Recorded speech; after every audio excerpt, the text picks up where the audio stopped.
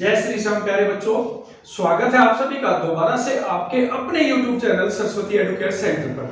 तो बेटा last class में हम लोगों ने बात की थी अपने सारे इंपॉर्टेंट क्वेश्चंस की माइक्रो इकोनॉमिक्स, जो कि इकोनॉमिक्स 11th क्लास की है। आज बात करेंगे हम दूसरी बुक यानी स्टैटिस्टिक्स के इंपॉर्टेंट क्वेश्चंस की। तो बेटा स्टार्ट करते हैं अपनी क्लास। देखिए हम बात करेंगे संदीप गर्ग के अकॉर्डिंगली, और संदीप गर्ग में जो पहला चैप्टर है बेटा उसमें ऐसा बहुत इंपॉर्टेंट टॉपिक कुछ भी नहीं है, सिवाय अगर 1 मार्क्स में आप बात करें तो इकोनॉमिक और नॉन इकोनॉमिक एक्टिविटी आपसे पूछा जा सकता है। इसके अलावा मुझे नहीं लगता कि उसमें कोई और इंपॉर्टेंट टॉपिक है। अब बात करेंगे सेकंड चैप्टर की। तो जो हमारा सेकंड चैप्टर बेटा देखिए इसमें बहुत इंपॉर्टेंट पहला क्वेश्चन है लिमिटेशंस ऑफ स्टैटिस्टिक्स, बहुत इंपॉर्टेंट है। 99% ये क्वेश्चन आता ही है, तो इसको आपको अच्छे से करना है। दूसरा है बेटा features of statistics as plural sense, feature of statistics as plural sense. इसके साथ साथ फंक्शन ऑफ स्टैटिस्टिक्स, ये भी बहुत इंपॉर्टेंट क्वेश्चन है बेटा। ठीक है, तो मेरे अकॉर्डिंगली जो आपका चैप्टर नंबर 2 है इसमें 3 ही बहुत इंपॉर्टेंट टॉपिक हैं, तो आई होप आप ये अच्छे से कर लेंगे। इसके बाद बात करते हैं बेटा अपने चैप्टर नंबर 3 की। चैप्टर नंबर 3 बहुत बड़ा चैप्टर है और उसमें कई सारे बहुत इंपॉर्टेंट टॉपिक हैं। तो बात करते हैं, सबसे पहले देखिए difference between primary data and secondary data, difference between primary data and secondary data.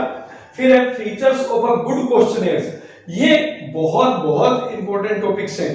ठीक है, इसके साथ साथ difference between census and sampling method, census and sampling method के बीच में डिफरेंस।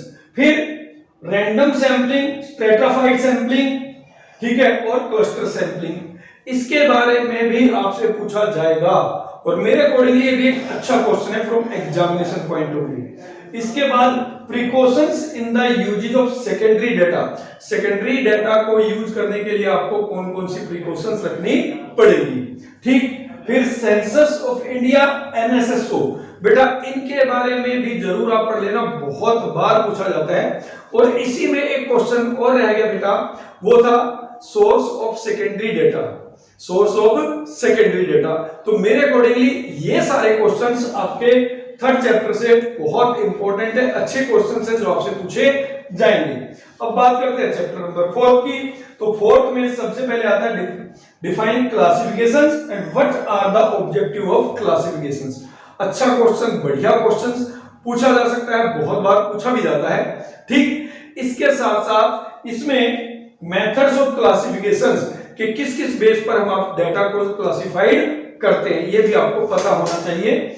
इसके साथ difference between exclusive series and inclusive series, ये क्वेश्चन भी बेटा आपसे कई बार पूछा गया है, तो इसका भी आपको विशेष ध्यान रखना है। और ये 1 मार्क्स में आता है वेरिएबल्स, ये केवल 1 मार्क्स का ये बेटा वेरिएबल्स, तो ये भी काफी बार पूछा गया है। तो ये था बेटा हमारा चैप्टर नंबर 4। अब बात करेंगे चैप्टर नंबर 5 की।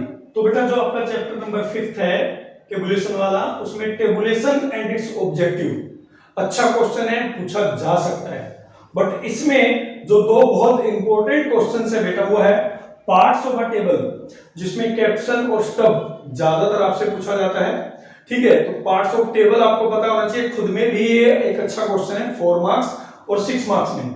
और उससे बहुत इंपॉर्टेंट है प्रिपरेशन ऑफ अ टेबल, एक टेबल प्रिपेयर करनी है आपको जिसमें आपको डाटा दे रखा होगा। आपकी बुक में जैसे 7th इलस्ट्रेशन है या 8th है बेटा, ये करके जरूर देख लेना, बहुत इंपॉर्टेंट है एग्जामिनेशन पॉइंट ऑफ व्यू से। अब बात करते हैं चैप्टर नंबर 6 की, जिसमें हॉरिजॉन्टल बार डायग्राम। क्या होता है, हम लोग ज्यादातर वर्टिकल बार डायग्राम बनाते हैं, तो हमें नहीं पता होता हॉरिजॉन्टल बार डायग्राम कैसे बनेगा। तो बेटा हॉरिजॉन्टल बार डायग्राम टीचर पूछ लेता है, बच्चों को आइडिया ही नहीं होता, तो एक बार इसको जरूर बना के आपको देख लेना है। बट मोस्ट इंपॉर्टेंट पार्ट है इसमें बेटा मल्टीपल बार डायग्राम, सब डिवाइडेड बार डायग्राम, इन दोनों में से कोई एक आएगा, मल्टीपल और सब डिवाइडेड। इसके साथ साथ आएगा आपका पाई डायग्राम। 4 मार्क्स के ये 2 क्वेश्चंस आपके जरूर आएंगे ही आएंगे, ये चीज आपको दिमाग में बैठा लेनी है। ठीक है, अब बात करते हैं चैप्टर नंबर 7 की, जिसमें हिस्टोग्राम काफी इंपॉर्टेंट है। फिर फ्रीक्वेंसी कोलिजन इतना नहीं आता है, बट फिर भी आपको पढ़ के जाना चाहिए। लेस देन मोर देन ओजाइल बहुत इंपॉर्टेंट है बेटा।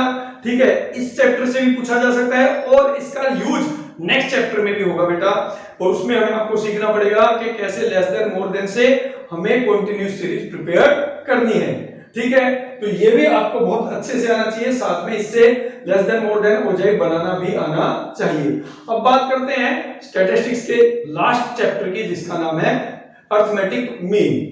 तो बेटा जो लास्ट चैप्टर है, चैप्टर नंबर 8, ठीक है, इसमें सबसे important calculation of mean by step deviation method. ठीक है, स्टेप डेविएशन, ठीक है, जिसमें आपको क्लास इंटरवल दे रखा है और फॉर्मूला यूज करना पड़ेगा x bar equal to a plus sigma f dx upon में सिग्मा f इनटू में i। ठीक है, उससे आपसे मीन कैलकुलेट कराया जा सकता है, या फिर मीन फ्रॉम लेस और मोर देन सीरीज। ये भी बहुत इंपॉर्टेंट है बेटा, जिसमें लेस देन और मोर देन सीरीज दे रखी होगी, आपको उसकी कम्युनिकेटिव फ्रीक्वेंसीज दे रखी होंगी और फिर आपको बोला गया होगा मीन कैलकुलेट करना है। और उससे इंपॉर्टेंट बनता है calculation of missing frequency. Missing frequency वाला आपने किया होगा क्वेश्चन बेटा, बहुत इंपॉर्टेंट है, 6 मार्क में क्वेश्चन पूछा जा सकता है बिल्कुल आपसे। ठीक, इसके अलावा 1 मार्क्स में बेटा x की वैल्यू फाइंड आउट करना, मिसिंग वैल्यू है, वो आपसे पूछा जा सकता है। ऐसा थ्योरी में इसमें बहुत ज्यादा इंपॉर्टेंट टॉपिक्स नहीं है। ठीक है, तो मेरे हिसाब से अगर आप इन तीनों पर ही मेहनत कर लें तो भी आपका काफी अच्छा स्कोर कर सकते हैं। क्लियर बेटा? तो ये था आज की क्लास में। अब मिलेंगे अपनी नेक्स्ट क्लास में, तब तक के लिए जय श्री श्याम।